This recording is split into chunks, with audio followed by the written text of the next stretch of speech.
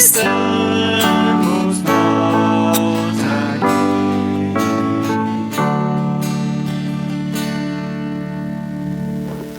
Olá, uma boa noite a você que está chegando ao nosso culto, está também nos acompanhando nessa transmissão online.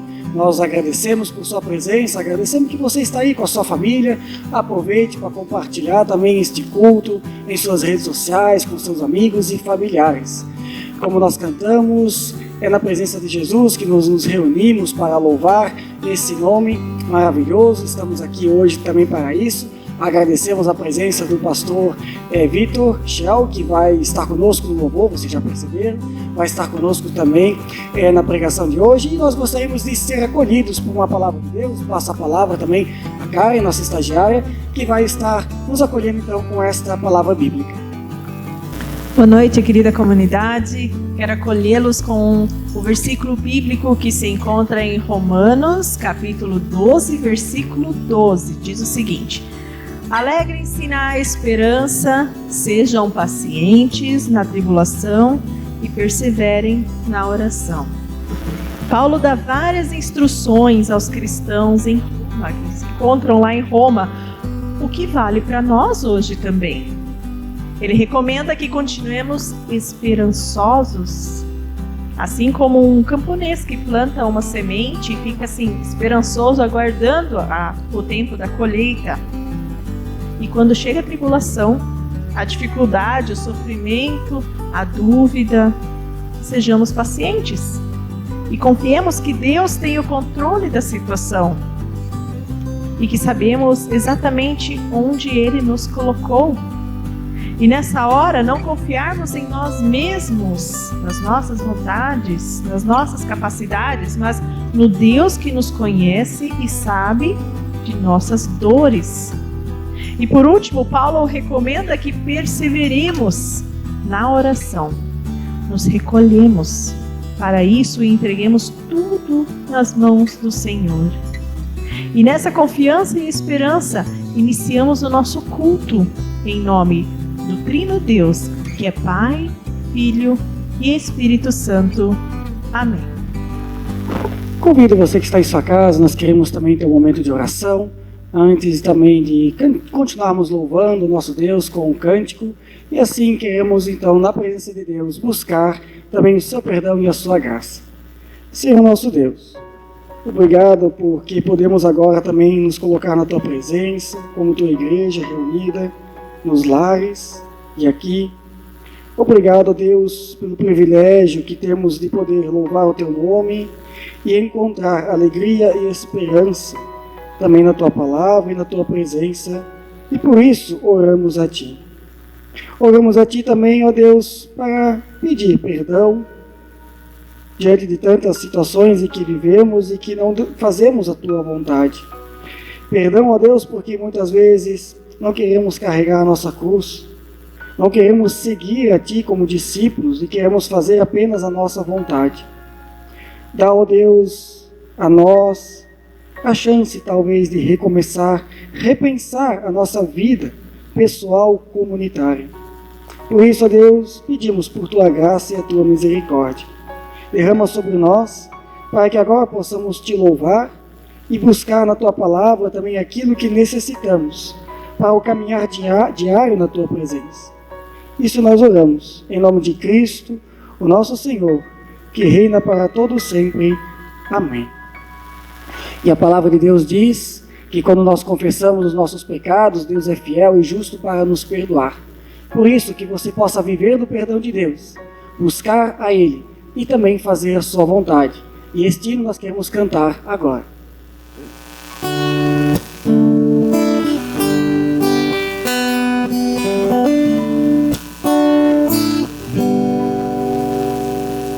Fazer tua vontade, seguir tuas pegadas, é o pão de cada dia para nós. Servir em tua mesa, saber lavar os pés, paz, cantando de alegria a ti, Senhor. Como tu fizeste, Senhor, nós queremos fazer tua vontade, ó Pai, transforma em nosso querer. Tua vontade. Como tu fizeste, Senhor, nós queremos fazer tua vontade, ó Pai, transforma em nosso querer. Tua vontade. Buscar em tua presença sustento para amar, vivendo cada dia aos teus pés, vivendo da palavra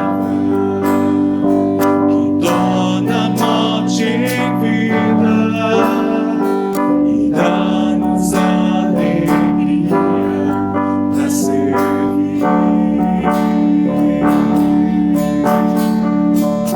Como tu fizeste, Senhor, nós queremos fazer tua vontade, ó Pai, transforma em nosso querer. Tua vontade. Como tu fizeste, Senhor, nós queremos fazer tua vontade, ó Pai, transforma em nosso querer. Tua vontade.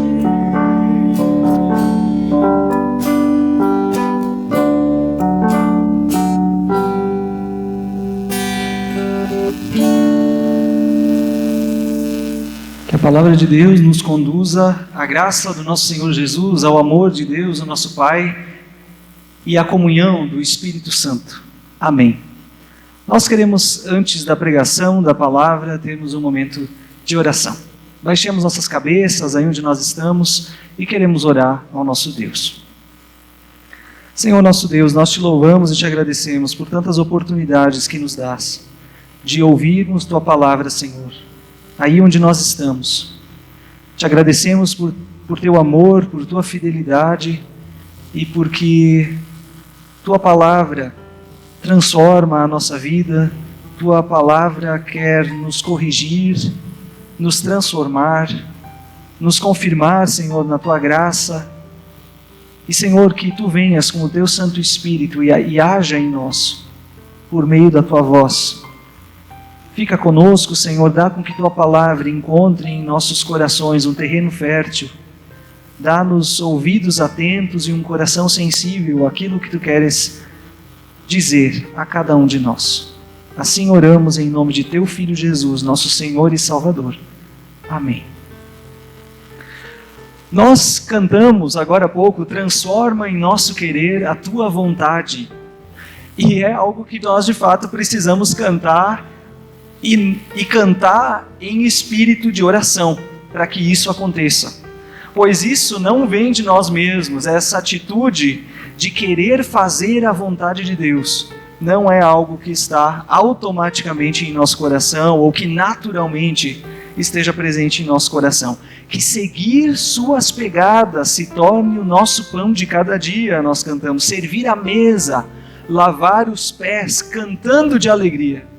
É uma tarefa difícil para nós e tem tudo a ver com o texto indicado para o dia de hoje, para o domingo de hoje.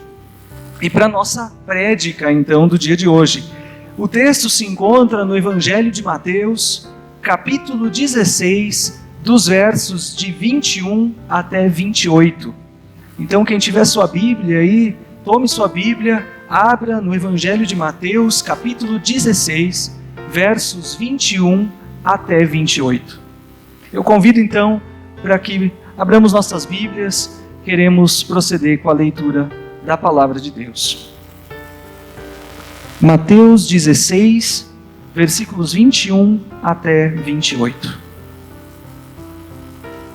Desde aquele momento, Jesus começou a explicar aos seus discípulos que era necessário que ele fosse para Jerusalém e sofresse muitas coisas nas mãos dos líderes religiosos, dos chefes dos sacerdotes e dos mestres da lei, e fosse morto e ressuscitasse no terceiro dia.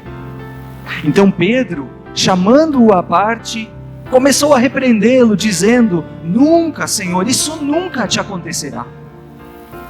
Jesus virou-se e disse a Pedro: Para trás de mim, Satanás, você é uma pedra de tropeço para mim, e não pensa nas coisas de Deus, mas nas dos homens. Então, Jesus disse aos seus discípulos: Se alguém quiser acompanhar-me, negue-se a si mesmo, tome a sua cruz e siga-me. Pois quem quiser salvar a sua vida, a perderá. Mas quem perder a sua vida por minha causa, a encontrará. Pois que adiantará o homem ganhar o mundo inteiro e perder a sua alma? Ou o que o homem poderá dar em troca de sua alma? Pois o Filho do Homem virá na glória de seu Pai com os seus anjos, e então recompensará a cada um de acordo com o que tenha feito. Garanto-lhes que alguns dos que aqui se acham não experimentarão a morte antes de verem o Filho do Homem vindo em seu reino. E logo na sequência, então, do texto bíblico de Mateus, já no capítulo 17, nós vemos que algo de fato muito maravilhoso acontece, uma manifestação do reino acontece, pois nós temos no capítulo 17 o relato da transfiguração de Jesus. Nós queremos meditar a respeito desse texto e primeiramente queremos olhar para o capítulo 16 do Evangelho de Mateus, que começa com o pedido dos fariseus e saduceus a Jesus para que Jesus fizesse um sinal, para que eles tivessem um sinal maravilhoso vindo do céu. E o evangelista diz que os fariseus e saduceus assim puseram Jesus à prova. E esse pedido acontece depois do relato não somente de uma, mas de duas vezes que Jesus multiplicou os pães. Jesus, porém, não atende o pedido realizado e afirma que nenhum sinal do céu lhes seria dado. Como faz entender o versículo 5 do capítulo 16, se dirigindo para o outro lado do mar, Jesus então adverte os seus discípulos quanto ao fermento dos fariseus. E ao falar em fermento, Jesus adverte sobre o ensino dos fariseus e saduceus. No contexto, vejam, no contexto, ensino é fermento. O fermento é a forma de pensar sobre as coisas de Deus. Fermento, no contexto, é teologia. Eu gostaria de ler novamente o versículo 12 desse texto. Acompanhem comigo, versículo 12 do capítulo 16. Então entenderam que não estava lhes dizendo que tomassem cuidado com o fermento de pão, mas com o ensino dos fariseus e dos saduceus. Não era fermento de pão, mas o fermento ao qual Jesus se referia era o ensino, a forma de pensar. E não somente o fermento dos fariseus se deixa perceber nessa situação, mas também o fermento dos próprios discípulos. E sendo assim, logo aquela conversa esquisita de Jesus, a partir da cabeça e do estômago dos discípulos, se torna agora, rapidamente, em planejamento para o almoço. Não tinham trazido pão. Nós podemos perceber que a situação cotidiana deles não havia sido definitivamente marcada por aquilo que já até ali tinham testemunhado com Jesus. Jesus, lembro de novo, já havia feito 2 vezes o sinal da multiplicação dos pães. E os sinais pedidos por fariseus e saduceus com intenções escusas haviam sido vistos pelos discípulos. E não só por eles, como também por uma grande multidão. Nós podemos ler isso no capítulo 14 e no capítulo 15, nos relatos das multiplicações de pães. Mas de que adiantam sinais quando eles não apontam para a realidade a qual eles devem apontar? Nós podemos dizer, bom, aqueles fariseus e saduceus descrentes, eles queriam sinais, que coisa mais horrível. Nós podemos dizer também, aqueles discípulos testemunharam sinais, viram que o pão fora multiplicado e continuaram se preocupando que poderia faltar pão. Que coisa horrível! A qualidade do fermento, quando Jesus fala aqui, era determinada por uma resposta a uma pergunta central, que é a pergunta pela fé na identidade de Jesus. Fariseus e saduceus se interessam por essa identidade, pela pergunta, quem é este? E colocam por isso Jesus à prova. E Jesus está interessado agora na opinião dos discípulos. O que os outros dizem, diz Jesus no versículo 13. O que vocês dizem, diz Jesus. Pedro, então, como parece muito comum do Pedro, como porta-voz, ele confessa, tu és o Cristo, o Filho do Deus vivo. Nós podemos ler essa confissão no versículo 16. E Jesus afirma então a Pedro que carne e sangue não são capazes de gerar tal confissão verdadeira em Pedro. Também não em nós. A confissão verdadeira, o olhar correto para a identidade de Jesus, é um presente, é revelação que vem de Deus. Deus, o Pai, é quem revela isso. E Jesus afirma isso a Pedro. E de uma opinião correta, de um pensar correto, de uma teologia correta, resultante da resposta correta à pergunta sobre a identidade de Jesus, também deveria resultar uma prática correta, uma perspectiva correta de vida, de jeito de agir, uma perspectiva a respeito do futuro, a perspectiva a respeito do que significa uma vida na igreja, de como as coisas funcionam na vida da igreja. Ou seja, a resposta à pergunta central é dada não somente com palavras corretas, mas com uma prática correta. Pedro confessa corretamente. Nas palavras, Pedro diz tudo realmente de forma muito correta. E logo mais, nós sabemos que a sua perspectiva de futuro, ela não combina bem, justamente com o que ele acabara de confessar. A sua atitude, na prática, é diferente. E na sequência, Jesus afirma então no texto o papel de Pedro, a identidade de Pedro, a tarefa de Pedro inclusive. E é interessante perceber que no contexto do Evangelho de Mateus, essa confissão de Pedro, ela é colocada no contexto, na dimensão da edificação da igreja, da edificação da comunidade. Jesus fala em certeza de vitória. As portas do inferno não prevaleceriam sobre a igreja. Jesus fala de coisas relevantes que acontecem no reino de Deus, de utilizar chaves para abrir e fechar. É o que Jesus fala a Pedro. Mas segue-se a advertência também para que não contassem nada a ninguém a respeito disso. E desde aquele momento, vocês podem acompanhar no versículo 21, Jesus começa a explicar aos seus discípulos que era necessário que algo acontecesse.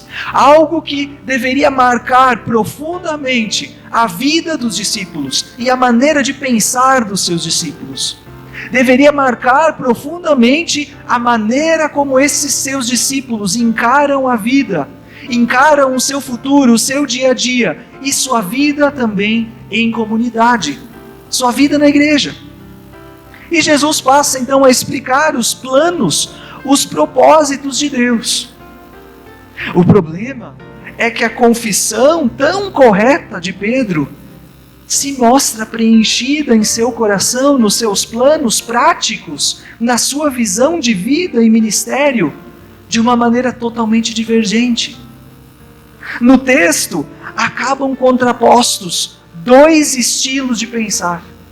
O cogitar de Jesus, a maneira como Jesus cogita a respeito das coisas, demonstrando isso claramente no seu anúncio de sofrimento, de morte e de ressurreição, de serviço, na verdade. E o cogitar de Pedro, o cogitar petrino, não de Jesus, que é deflagrado na sua própria repreensão a Jesus, quando ele diz: tenha pena de ti mesmo, Senhor, isso nunca vai te acontecer. Ou seja, o que Pedro está dizendo: isso não vai te acontecer, não pode te acontecer. Esse não é o meu plano para ti, Jesus, porque também não é o meu plano para mim como teu discípulo. A gente pode pensar, será que Pedro teria ouvido direito, né? Qual foi a parte que Jesus disse que ele ressuscitaria no terceiro dia que Pedro não havia entendido? Jesus havia falado também em ressurreição, mas Jesus fala de algo antes. E Pedro parece muito entendido das coisas de Deus. Ele é entendido até mesmo, parece, de ressurreição. Só pode, porque ele afirma com tanta convicção de que isso de maneira nenhuma aconteceria. O que talvez ele já teria experimentado? Será que ele sabe mais das coisas de Deus do que o próprio Jesus? Será que ele entende mais dos planos de Deus do que o próprio Jesus? Uma pergunta bem importante que eu quero fazer: como é a nossa forma de encarar essa história de ser discípulo e discípula de Jesus? De cooperar na comunidade, na edificação da igreja? De que maneira pensamos a respeito disso? Sempre, de novo, precisamos nos colocar como discípulos e discípulas de Jesus, sob esse questionamento. E pensarmos, será que o serviço que eu tenho me proposto a fazer na vida da igreja, da comunidade, de que maneira eu quero fazer? Por que eu o faço? De que maneira eu penso em relação a isso? O que eu quero com isso? Quais são minhas intenções, as intenções do meu coração? Muitas vezes nós vamos, e posso dizer por mim mesmo, que nós vamos nos deflagrar junto lá com os discípulos, achando que Jesus está falando que o problema é que nós não temos pão. Mesmo que nós já tenhamos visto Jesus agir de tantas maneiras maravilhosas na nossa vida e na nossa vida em comunidade. Vejamos que, como Pedro, podemos ter um projeto de vida e de comunidade, podemos nos sentir empoderados até, com as chaves nas mãos, as chaves da comunidade, com coisas que fazemos em comunidade, também com confissões corretas da nossa própria confissão, da nossa própria fé, da nossa própria teologia, enquanto muitas vezes, rapidamente, deixamos aqueles que não têm a mesma ideia de lado. Afinal, nossa ideia sempre é melhor, a nossa forma de pensar sempre é melhor. Podemos ter essas técnicas, nos pensar tão líderes como Pedro, e podemos fazer todas essas coisas com métodos, estratégias, com uma mentalidade que é totalmente divergente de questões que são básicas no Evangelho. Eu creio que temos um ponto muito importante aqui, que merece a nossa atenção, também a partir deste texto bíblico. De que forma nós encaramos isso? De que forma nós somos discípulos e discípulas? Nós cogitamos nas coisas de Deus ou nós cogitamos nas coisas dos homens? É interessante que no Evangelho de Mateus, os discípulos são aqueles que estão ali como se fossem a própria igreja. E Pedro é um grande líder dessa igreja. Jesus fala coisas importantes a Pedro. E Pedro está bem próximo a Jesus. Mas ali Pedro não cogita nessas coisas a moda de Deus, a moda do Evangelho. Ou seja, nós podemos pensar sempre nas coisas da igreja, nós podemos viver pensando em céu e inferno, em projetos para a igreja, em projetos para a comunidade. Podemos passar o dia cantando os louvores, sem fazer isso à maneira de Deus, pensando nas coisas de Deus, da maneira como são essas coisas, de fato, na perspectiva de Deus. Vejam que no capítulo 17, essa ideia estranha de Pedro acaba se refletindo novamente no texto da Transfiguração, no capítulo 17. Senhor, é bom estarmos aqui, diz Pedro. Se queres, farei 3 tendas, uma para ti, uma para Moisés e outra para Elias. Não eram esses os planos de Jesus. E então Jesus ensina qual é a maneira, a forma correta de pensar nas coisas de Deus. É interessante que essa maneira correta de pensar vai ser deflagrada em coisas a fazer.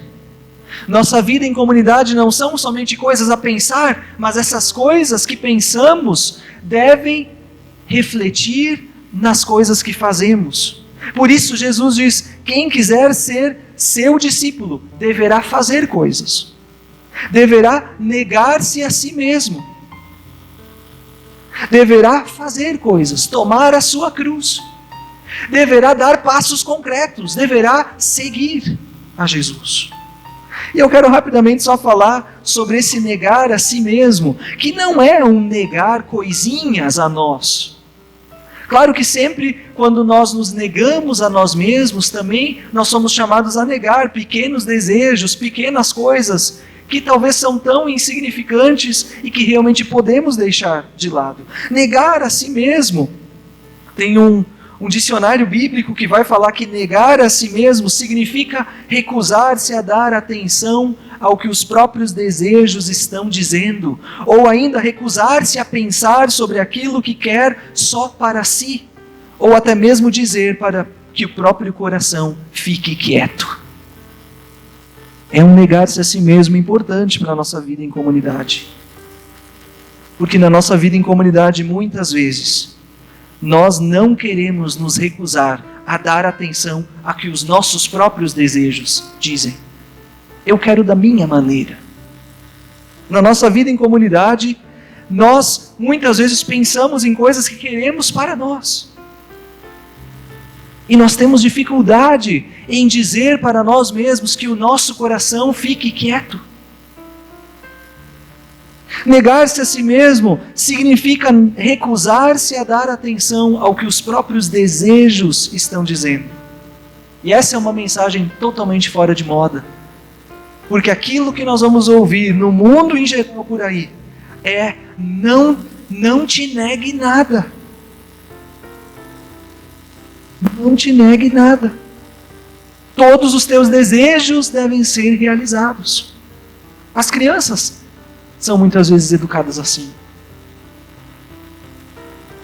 Nós temos desejos próprios, desejos naturais. Quero dizer que, segundo a mensagem do Evangelho, que traz a verdadeira vida e a verdadeira felicidade, existem sim desejos próprios, desejos naturais nossos, que podem e devem, inclusive, ser negados. Negar-se a si mesmo significa dar mais valor ao que a palavra de Deus diz do que aquilo que a minha razão ou os meus sentimentos dizem. Ah, mas isso não faz sentido. Ah, mas eu não sinto isto. Negar-se a si mesmo significa dar mais valor ao que a palavra de Deus diz, a passos concretos no discipulado, passos de obediência. O mundo em geral vai dizer, siga seu próprio coração. O que Jesus diz é, negue-se a si mesmo. Negar-se a si mesmo tem a ver também com negar a soberania do meu próprio temperamento. Ah, e o quanto isso é difícil na vida em comunidade, negar o próprio temperamento. Ah, mas eu sou assim. Ah, assim as pessoas têm que me aguentar na comunidade, né? Eu me nego a não dar tanto valor ao meu próprio temperamento. Nós devemos abrir mão, negarmos-nos a nós mesmos, tem a ver também com negar a soberania do nosso próprio temperamento, dos nossos vícios, das nossas tradições, inclusive, de coisas que nós achamos às vezes que são tão importantes e que dizem respeito somente a nós, a nossa própria história, a nossa própria caminhada, a nossa própria trajetória, e que tantas vezes nem tem tanto a ver com aquilo que a palavra de Deus diz. Negar também a nós mesmos no sentido de negar nossas próprias virtudes, nossos grandes feitos, nossas grandes possibilidades. Nós temos um grande exemplo disso no próprio apóstolo Paulo, que diz que aquilo da tradição judaica que ele considerava tão importante, que isso ele considerou como perda, em comparação ao que ele havia encontrado no Evangelho de Jesus Cristo. Nós podemos olhar isso lá em Filipenses 3. Paulo vai dizer sobre isso, de negar-se a si mesmo de uma maneira muito prática, como isso aconteceu na sua própria caminhada. Negar-se a si mesmo significa não seguir os próprios padrões, uma mentalidade dos inimigos da cruz de Cristo, mas deixar transformar, ter uma mente inovada pela palavra de Deus e dar mais atenção a esta palavra em passos concretos de fé do que a essas outras opiniões. Tomar a cruz, Jesus diz. E a caminhada da vida na igreja, da vida na comunidade, é uma vida onde nos sabemos carregando a cruz.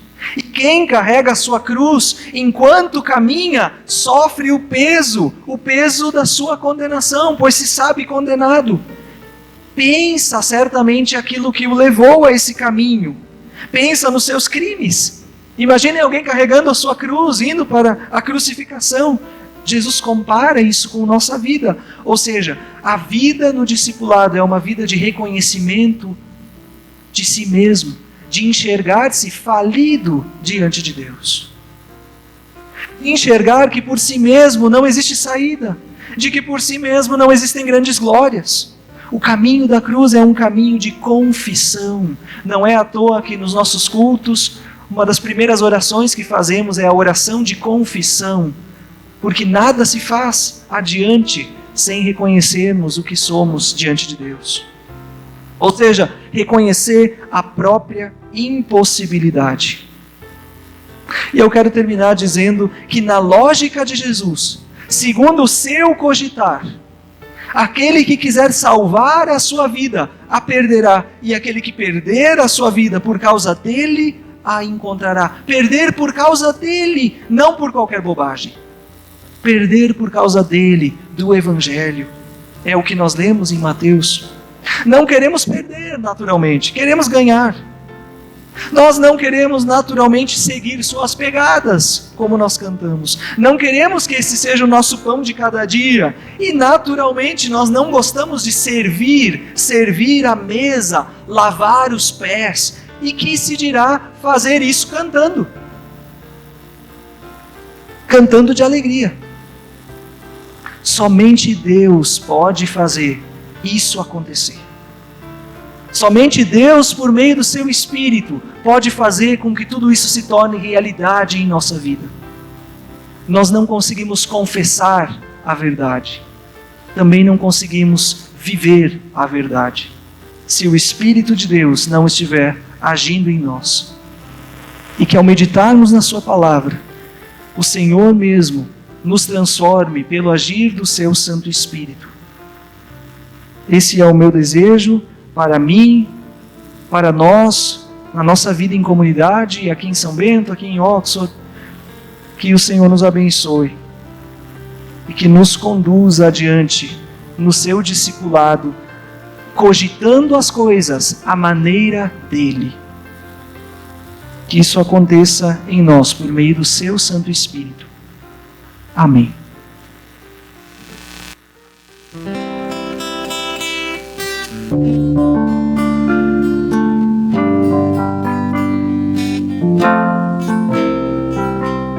Quem quer cantar do amor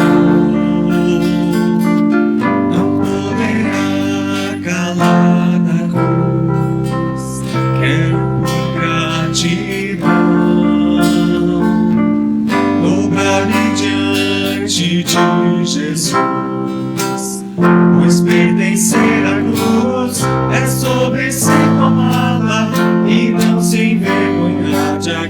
testemunhar. Quem quer cantar do amor não poderá calar da cruz. Jesus morreu por mim e agora eu lhe pertenço, sim. E mesmo que o mundo por isso me despreze, eu falo de Jesus e que seu fardo é leve.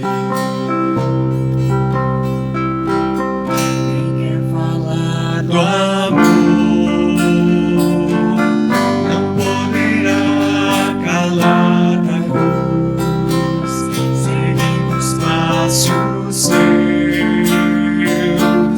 Eu testemunho o amor de Deus, que o meu falar e a vida em harmonia estejam, que todos o amor na minha vida vejam, que todos o amor na minha vida vejam.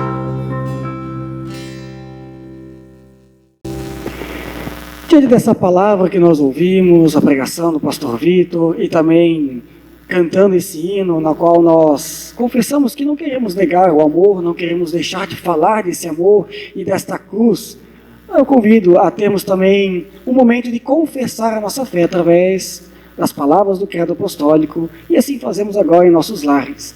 Creio em Deus Pai, Todo-Poderoso, Criador do céu e da terra, em Jesus Cristo, seu Filho unigênito, o nosso Senhor, o qual foi concebido pelo Espírito Santo, nasceu da Virgem Maria, padeceu sob o poder de Pôncio Pilatos, foi crucificado, morto e sepultado, desceu ao mundo dos mortos, ressuscitou no terceiro dia, subiu aos céus e está sentado à direita de Deus Pai Todo-Poderoso, de onde virá para julgar os vivos e os mortos. Creio no Espírito Santo, na Santa Igreja Cristã, na comunhão dos santos, a remissão dos pecados, na ressurreição do corpo e na vida eterna. Amém. E assim nós queremos também trazer alguns avisos à comunidade. Você que está nos assistindo, queremos lembrar que nessa semana eu estarei então num descanso pastoral de uma semana, e por isso nós não teremos o nosso estudo bíblico. Nós encerramos o estudo bíblico nessa semana, né, e nós vamos dar uma pausa. Nós vamos estar organizando e preparando uma nova temporada de estudos bíblicos. Então até lá é um tempo para nós também descansarmos, mas isso não significa que você não possa em casa também estudar a palavra, buscar outras fontes também de estudo bíblico, né? Nós temos o curso de fé acontecendo pela FLT nas quartas-feiras. Lá você pode também abastecer esse momento tão importante de estudar a palavra. Demais avisos nós vamos estar trazendo pelas nossas redes sociais, e queremos lembrar que a partir de setembro estamos então pensando em fazer o nosso retorno, né, dos cultos presenciais na seguinte modalidade: nós vamos continuar transmitindo os nossos cultos online, né, e nós queremos abrir a possibilidade para que aqueles que podem, né, que não estão no grupo de risco, que não são pessoas que por decreto não têm a permissão de estar em locais fechados, como no caso um templo, né, então que aquelas pessoas que podem e desejam estar presentes então na transmissão do culto, né, se fazer presente enquanto a gente transmite o culto pela internet. Então essa possibilidade, a partir de setembro, estamos nos organizando, e com certeza teremos avisos mais concretos aí pelas redes sociais ou pelos grupos, mas já para deixar avisado que estamos pensando nessa possibilidade tanto aqui em Oxford como a partir de outubro lá em Bela Aliança, porque o próximo culto, né, será feito em Bela Aliança às 9 horas da manhã pela estagiária Karen, pelo estudante Paulo, né, e ainda numa situação ainda não presencial. Tá? Então o presencial começaria a partir do segundo fim de semana de setembro. Isso se tudo encaminhar para que isso ocorra. Então esses são os avisos para a comunidade. Lembrando que em setembro nós temos a campanha Vai e Vem acontecendo. Se você não fez a sua doação, ainda pode fazê-la na secretaria. E que Deus esteja abençoando também a sua ajuda para essa campanha. essa campanha tão importante para a nossa igreja. Queremos agora, então, encerrar com uma palavra de oração, nesse culto em específico, por sermos um culto editado dessa vez. Nós não temos aquela coleta de pedidos de oração que são levantados tanto no grupo do WhatsApp, quanto também durante o culto. Se você colocou o seu pedido de oração aí, saiba que estaremos orando, a comunidade está orando por ele, mas ele não será citado agora especificamente. Queremos fazer uma oração que inclua todos esses pedidos também. Eu convido então a estagiária Karen, que vai nos dirigir nessa oração, e depois queremos encerrar com uma bênção cantada. Neste momento queremos ter a oração de intercessão, uma oração onde lembramos das pessoas enfermas, enlutadas, pessoas que estão sofrendo, e entregarmos também a nossa semana nas mãos do Senhor. Oremos. Obrigada, Senhor, pelo momento tão especial do ouvir de Tua palavra. Palavra essa que nos nutre, que nos traz vida, que nos sacia e nos guia. Obrigada pela dádiva de poder crer que estás conosco, mesmo quando as circunstâncias parecem indicar o contrário. Auxilia-nos, Senhor, seja a nossa força para viver neste mundo como teus seguidores, como discípulos de Jesus. Ajude-nos a fazer a tua vontade, a não seguirmos o nosso coração, mas seguir a ti, a tua vontade, o teu querer sobre nós. Graças te damos, Senhor, pela dádiva da fé, que tu fortaleça mais e mais a cada dia. Obrigada pelo teu cuidado, pelo teu carinho por nós, pelas bênçãos que tem derramado sobre nós. Pedimos também, Senhor, por aqueles que se encontram enfermos, entristecidos, enlutados, assustados muitas vezes pela situação em que estão vivendo. Dê força, dê consolo e a certeza de que o Senhor está carregando, que estás olhando com amor e caminhando junto no tempo de sofrimento. Que tu estejas com eles consolando e fortalecendo. Neste tempo também em especial que vivemos com medo, com ansiedade por conta da pandemia, dê-nos força, Senhor, e faça-nos sempre de novo lembrar que em Ti podemos encontrar esperança, paciência na tribulação e perseverança. Tudo mais que se passa em nossa mente e coração, colocamos diante de Ti agora, quando juntos oramos assim como Teu Filho nos ensinou. Pai nosso que estás no céu, santificado seja o Teu nome, venha o Teu reino, seja feita a Tua vontade, assim na terra como no céu. O pão nosso de cada dia nos dá hoje, e perdoa-nos as nossas dívidas, assim como nós também perdoamos aos nossos devedores. E não nos deixes cair em tentação, mas livra-nos do mal, pois Teu é o reino, o poder e a glória para sempre. Amém.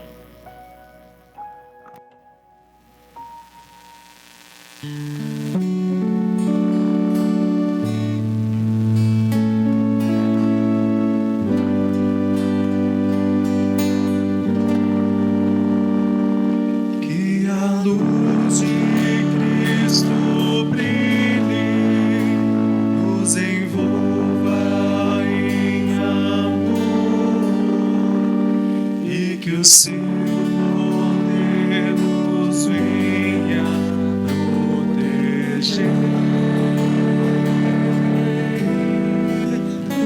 Que a luz de Cristo brilhe, nos envolva em amor, e que o seu poder nos venha proteger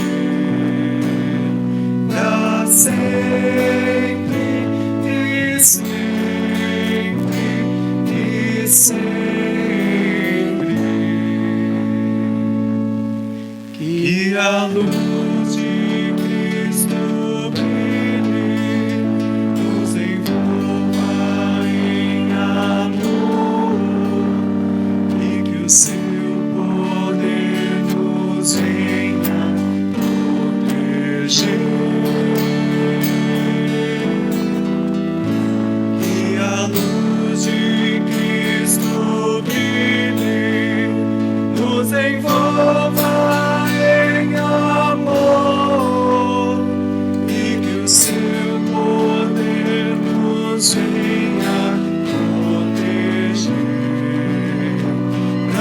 sempre que